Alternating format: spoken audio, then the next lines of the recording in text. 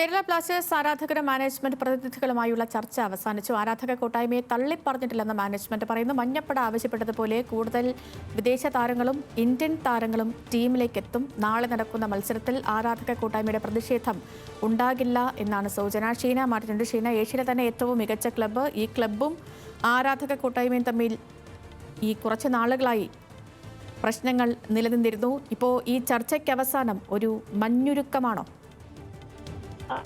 തീർച്ചയായും ചെയ്തു. കൊച്ചിയിലെ സ്വകാര്യ ഹോട്ടലിൽ നടന്ന 1.5 മണിക്കൂറോളം നീണ്ട ചർച്ചയ്ക്കൊടുവിൽ മഞ്ഞപ്പടയും കേരള ബ്ലാസ്റ്റേഴ്സിന്റെ മാനേജ്മെന്റും തമ്മിലുള്ള ചെറിയ വാക്കുതർക്കങ്ങൾക്കിടയിൽ അസ്വാരസ്യങ്ങൾക്ക് മഞ്ഞുരുക്കമുണ്ടായി എന്ന് തന്നെ പറയേണ്ടി വരും. ബ്ലാസ്റ്റേഴ്സ് ആരാധകരും മാനേജ്മെന്റ് പ്രതിനിധികളുമായുള്ള ചർച്ച വളരെ സമാധാനപരമായാണ് നടന്നത്. വളരെ സമാധാനപരമായാണ് ചർച്ച അവസാനിച്ചത്. നാളെ ബ്ലാസ്റ്റേഴ്സിന്റെ കളി നടക്കാനിരിക്കെയാണ് ഇതിനു മുൻപ് ഇന്നൊരു ചർച്ച നടന്നത്.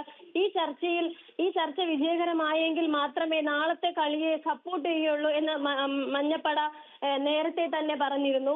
അതനുസരിച്ചാണല്ലോ ഇന്നത്തെ ചർച്ച മുന്നോട്ട് പോയിരുന്നത്. ആരാധക കൂട്ടായ്മയെ തള്ളി പറഞ്ഞിട്ടില്ലെന്ന് മാനേജ്മെന്റ് ആവർത്തിച്ച് പറഞ്ഞു ചെയ്തു. മഞ്ഞപ്പട ആവശ്യപ്പെട്ടതുപോലെ തന്നെ വിദേശ താരങ്ങളും ഇന്ത്യൻ താരങ്ങളും ടീമിലേക്ക് എത്തിക്കും.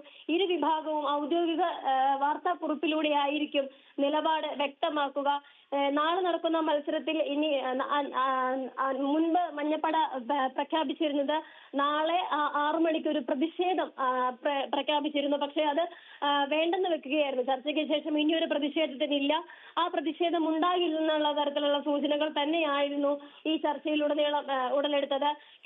ശരി ഷീന, ബ്ലാസ്റ്റേഴ്സും ആരാധക കൂട്ടായ്മയും തമ്മിൽ, ബ്ലാസ്റ്റേഴ്സ് മാനേജ്മെന്റും ആരാധക കൂട്ടായ്മയും തമ്മിൽ നിന്ന ചർച്ചകൾക്ക് അവസാനമുണ്ടാകുന്നു, മഞ്ഞുരുക്കമുണ്ടാകുന്നു എന്ന സൂചനകൾ തന്നെയാണ് പുറത്തുവരുന്നത്. വിവരങ്ങൾ നൽകുകയായിരുന്നു ഷീന മാർട്ടിൻ.